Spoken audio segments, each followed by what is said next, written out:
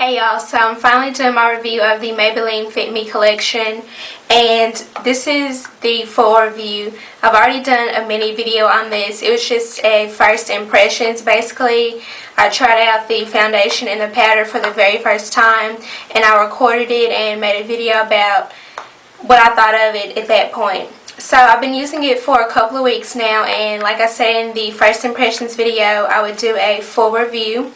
And since the first impressions video, I've actually picked up one of the blushes and the concealer as well that goes with the coordinating foundation and powder. So I pretty much still feel the exact same way about the foundation and the powder. And of course, if you see my first impressions video, you know that I really liked it. This is probably my favorite foundation that I've ever used. And the whole gimmick behind this is that it's supposed to give you a natural look and it's supposed to match your skin tone. And I definitely agree, except for the whole thing about it matching your skin tone. I think there is supposed to be 18 shades in the collection, which sounds like a lot, but really when you think about it, there's way more than 18 shades of skin. So really, that's kind of a bummer, I guess. And I do have the darkest shade, which is 355 Coconut, and just looking at it, you can tell that obviously it's really not that dark. I mean, it's dark if you know you're lighter than me, but if you're my skin tone or darker, then you're probably just out of luck, because I can't see this working for anyone if you're darker than me. And even still, this isn't my perfect color. It's still maybe like, it is my color, but it could stand to be just a teeny bit darker, especially for the summertime. I know this probably isn't going to work because I get dark in the summertime and it's going to be too light probably. But anyway, I love this foundation. It's supposed to be a natural light coverage. So if you're someone who needs or wants a heavier, flawless type of finish, then this probably isn't for you, because you're not going to get that. You can layer it up a bit. I've tried it, but even still, it looks natural. It doesn't look heavy or cakey. Now, if you probably layer it on enough, you know, a few layers, maybe 4 or 5 layers, which I really wouldn't bother. You'd just be better off getting a heavier coverage foundation to begin with. So yeah, anyway, I love this because for me, I don't need or want something too heavy or full coverage, so this is perfect for me. So I recommend this if you want a lighter, basic kind of coverage. It's perfect. Also, I've read reviews that people say this makes them look really oily and shiny. Honestly, I didn't have a problem with that. My skin right now is in the normal stage. Usually it's really dry in the winter and it's oily in the summer. But right now it's just, you know, in between. It's not dry, it's not oily, it's pretty normal, which is pretty much like the perfect type of skin. And so this is working perfect for me. And it looks the same. If I apply this at 8 a.m. in the morning, it looks the same at 8 p.m. So it doesn't oxidize, it doesn't turn orange or ashy looking throughout the day, it doesn't make me look oily. It's really the perfect finish for me. And it just feels so lightweight on my skin. It doesn't even feel like I have on foundation, which I've never experienced with any other foundation before, not even my Bare Minerals, which is a powder foundation. It feels lighter than that on my face. So this definitely gets a 5 out of 5 stars. I do wish that they had a wider color range, especially for those darker than me and darker than this color. I feel the same way about the powder still. I really like the powder. This is more of a translucent powder. I mean, it has color, but it's not, I don't think it would be enough on its own if you just want to use a powder foundation. It works perfectly for setting the Fit Me foundation. I haven't tried setting it with any, I haven't used this with any other foundation, is what I'm trying to say. But I really like it. I have used this on its own with just concealer for a very quick at-the-door, on-the-go look, and I liked it as well. And it's not ashy looking, or it's not too light. It looks light. This is a 355 Coconut as well, like the foundation. And here it is up against my skin tone. It looks really light, but by the time you put it on and you blend it out with your brush, it looks really natural, and it doesn't make me look cakey or powdery, and it just gives me a very overall finish, a very nice overall finish to my face.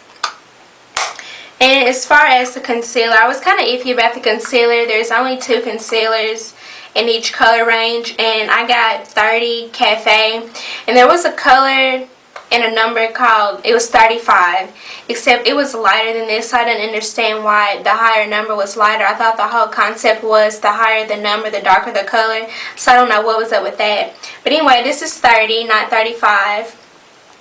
And I was really nervous about this because, as you can see, it looks really light, and I just knew that this wasn't going to work because even for my skin tone, I know concealer is supposed to be lighter than your foundation and then the rest of your face, but I was just like, how is this going to work because it's too light? But when I put it on and blended it out, it worked. It kind of gave me that bright eye look, and I only use it under my eye. I don't use it, well, I don't really have any blemishes or anything, but I just use it under my eye, and I really like the texture of it. It's very creamy, very liquidy, not too thick, and that's what it looks like, just a little swatch. But I really like it. It has a little doe foot sponge applicator, which is just what I use to apply it directly from the tube. I don't use a brush or anything to blend it out. At least I haven't tried that yet. I just blend it out with my fingers, and it's very nice. Once again, very light coverage, so if you're someone who has maybe dark under eye circles, this probably wouldn't be for you. Really, I don't think this whole collection would be for you if you like heavier full coverage, because this collection just isn't for that.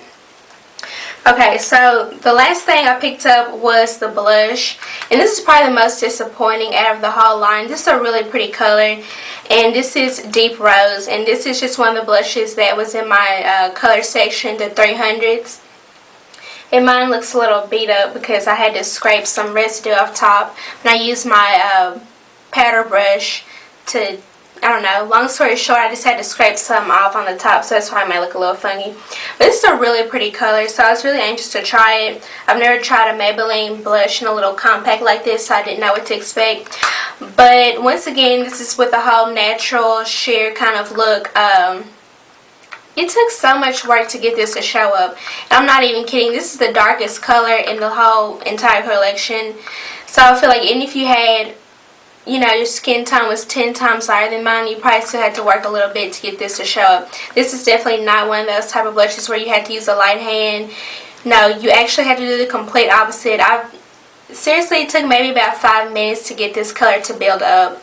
So I wouldn't really recommend it. By the time I got it to build up, it was a very pretty glow on my face. It was very pretty, but I don't really like to put all that time and effort just trying to make it show up. For one, I already had plenty of other blushes that pretty much just a half a tap in it with a brush, and that's all I need.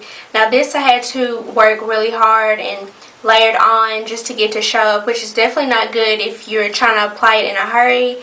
But really, the blush is pretty. I use it on days when I just don't have on any makeup, just foundation, powder, and concealer. I use this blush. I was wearing it in my last video, my spring break haul, and I had it on a while, so it may have wore off a little bit, but I was wearing it then. And it's a really pretty color. I just don't like the fact that it's so sheer that you have to spend so much time trying to layer it and build it up just to get it to show up. And it comes with a little brush. Obviously, I haven't used it. I'll probably just throw it out because I never use the brushes and things that come with, you know, products like this. But overall, I think the Fit Me collection is perfect for me personally, so it definitely does fit me. The color match comes pretty close, even though it's not perfect, which is probably the only drawback I have. It does not make me look oily or ashy throughout the day, and it doesn't melt or fade off my face. It stays put all day long. The powder is great, the concealer is nice, the foundation, I really love it. The blush, I like the color, it's just I don't really fool with it often just because it takes so long to build the color up. But other than that, I really don't have any complaints.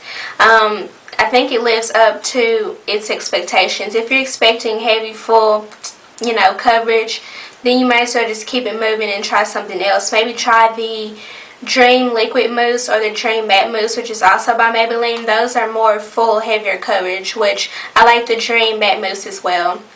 So yeah, that's it for my review of the Maybelline FitMe collection. Sorry it took me so long to get it out to y'all, but like I said in my last video, I was just kind of taking a break, I guess.